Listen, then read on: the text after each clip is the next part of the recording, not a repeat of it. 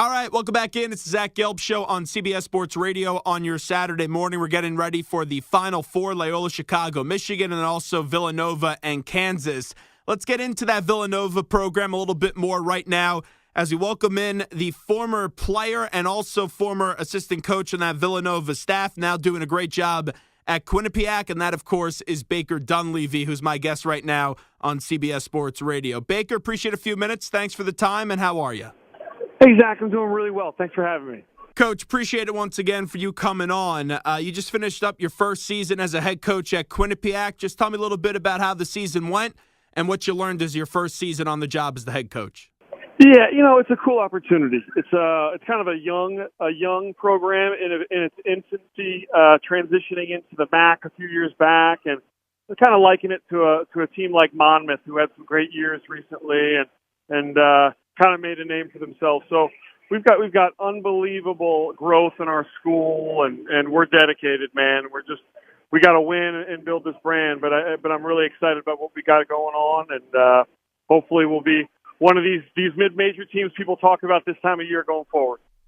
Coach, this is always a learning experience for both your players and then also you just completing your first year as a head coach. When you look back at your playing days at Villanova and also when you got into the coaching side of things under Jay Wright on his staff, who's one of the best in the business, just what do you take away? What do you learn from Jay Wright when you were a player and then also when you were a coach on his staff? Yeah. It's funny. Like coming in as a player, he was young. I mean, not that he's old now, but he was just turning 40.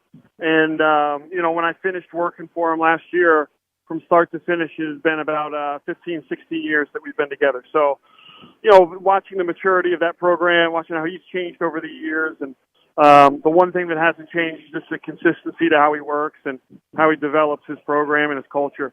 And, people ask you what makes the place unique, and it starts with him. And there's just such a consistency to their program that's really cool. In a day where there's a lot of transfers moving around and kids leaving early, it's an old school feel where guys get better every year, and there's amazing chemistry that's built over 3, 4, and 5 years, and I think it gives them a great advantage. Coach, the special relationship with the Villanova program. All coaches, they want to build a family atmosphere, but Villanova takes it to a different level. It's just not the current players and the coaches. It's players going back to the 70s and 80s, and a lot of that has to do with Jay's connection with the late, great Rolly Massimino. But you see some guys come back to the program that haven't actually played for the program in 20 to 30 years, and that's really special and unique now in these days. So just describe to me a little bit more about that atmosphere that Jay Wright has really taken and run with at Villanova, all about family. He's amazing, and he wouldn't be able to do that as well as he does it if it didn't actually mean something to him. I think to all of us coaches, there's a responsibility to keep everybody involved and honor kind of the legacy and the alums, but he does it at such an incredible level. And even before Coach Massimino, my father-in-law played there in the early 70s, and those teams, those guys are all welcome back. They know they can go to practice anytime. They come to the games, and they have a saying around there, we play for those who came before us, and like the current players will go up to the former players and shake hands, spend time with them, talk to them, and even more importantly, the guys that played for Coach who are still young, the Josh Harts of the world. Like I was with Jalen Brunson today, and he told me, Josh has been calling me about this, and winning awards, and dealing with distractions, and as coaches, you can help them to a certain extent, but it adds even more value when it's coming from the players and the former players. We're talking to Baker Dunleavy, the head coach at Quinnipiac right now on CBS Sports Radio. Something that always amazed me about Jay was you take a look at his first national championship, the program's second, and you have the game-winning shot in an exuberant fashion by one Chris Jenkins, and there's a camera shot of Jay Wright when the shot does fall. And you just look at him, and it's like nothing happened. He's just cool, calm, and collected on the sideline. And maybe he was in a state of awe. But when you look back at that, just what do you remember about that? And how about Jay's reaction? Because it was quite funny to see.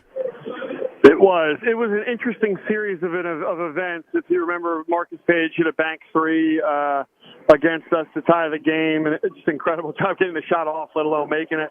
And so, we came back to the huddle. Everybody was very, took his lead. Very cool, calm, collected, and focused on the next play. And we were just excited to get a shot off on the next possession, let alone get one to our best shooter. So as that shot went through, as it went in the air, I knew it was good because he's the best shooter, one of the best shooters I've ever been around. But when it went through the net, I was just concerned that whether they were going to count it based on the clock. But as soon as that confetti started pouring down, I thought to myself, I guess this is real. This is happening.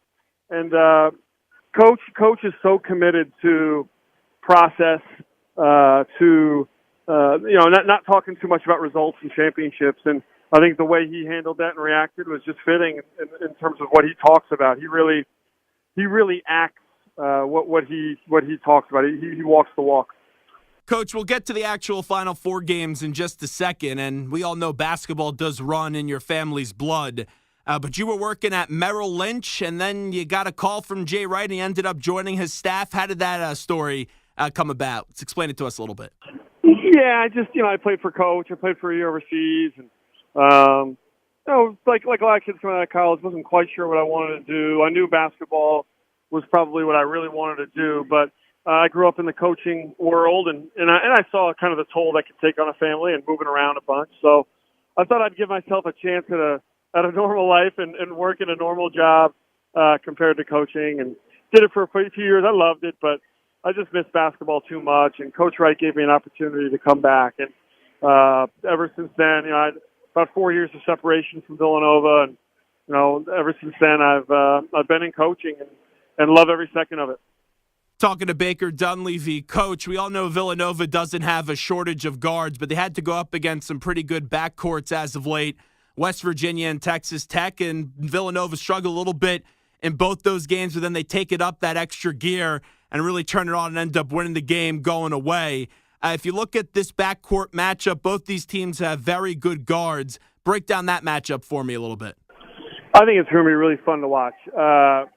Kansas has a little bit of a different feel to them this year, that they're more perimeter-oriented. You're so used to them having two huge high-low forwards, but it is a guard matchup, and I think maybe the two best point guards in the country as far as veteran leaders. I think that'll be fun to watch. The dynamic I'm interested to watch is in terms of the big guys. Azubuike is just huge. He's a monster and protects the rim. And then Spellman for Villanova can shoot threes. So it's almost like, can Spellman pull Azubuike out of the paint, or will Azubuike just dominate down low? So I think there's some interesting matchups going on there. This time of year, especially if you play a team like Kansas, you can play really well and still lose. So the thing about Villanova is they always manage to go on a big run, even if they're down in the second half. They always have a run in them, and it's always interesting to see how teams handle that run. Coach, you mentioned Spellman, and he's been tremendous for them, being a big guy, going 4-7 from behind the arc the other night. And you look at this team, and you know them so well. I don't know if everyone thought they were going to be the best team from start to finish this year, but you knew they were going to be a good program. But being around that program like you have been in years past, does anything surprise you when you see what is almost the final product with this team in the 2017-2018 college basketball season? I think it's just year to year with these guys, just the growth and guys stepping up from roles to premier players on the team. And, that would be Mikal Bridges and obviously Dante DiVincenzo, guys like that, Phil Booth, where they're kind of in the background a little bit, behind Josh Hart. And how are they going to step into that role? And I think year after year, they just continually do it. So I think Jalen's an entity to himself. He's been kind of a veteran from day one. But especially for a guy like Mikal Bridges to take that next step in terms of production this year, that's what's allowed them to be, it's a difference between the top 15 team and a national championship team. Coach, obviously there's a lot of emotion in this game. Azubuike, obviously being a Final Four, but he gets his mother there, and she gets to see him play for the first time. Both these teams 40 minutes away from a national championship game. Villanova trying to get back to another. Two great coaches in Jay Wright and also Bill Self. One a Hall of Famer, another one who will be a Hall of Famer eventually. At the end of the day, what do you think this game does come down to, and how do you see it playing out? I think it's a game that's going to come down to the wire. I really do. I think there's just two really well-coached teams, two teams that mirror each other, two teams that are going to try and take away each other's threes first and foremost. So if they can do that, what's each team's counter to that? I think Kansas is maybe the best team in the country at out of timeouts, special situations. Coach Self's amazing, getting those guys just kind of easy buckets. And, I think you'll see like kind of counters to just shooting threes for Villanova. Can Jalen Brunson post up Graham? He loves to post up and get him in foul trouble. I think little things like that, because I think both teams are really good, well coached. They'll take away the primary options, and I think somebody on each team, whether it's a Dante DiVincenzo, somebody in the background is going to have to step up and make some big plays.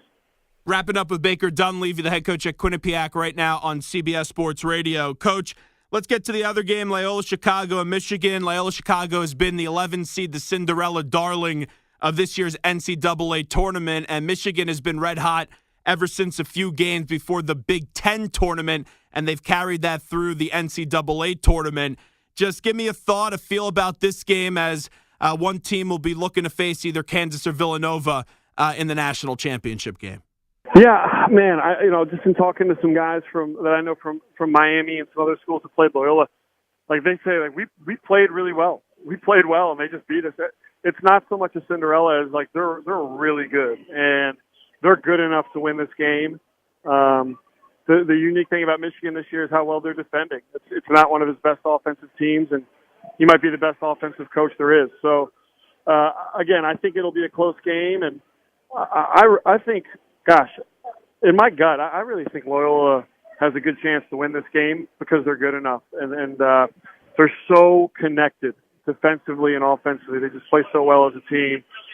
I think they're going to want to slow the game down, keep it in the half court, a low-scoring game, and just try and execute at the end. So, I don't know. I really think there's something about this Loyola team that, they just find ways to get it done.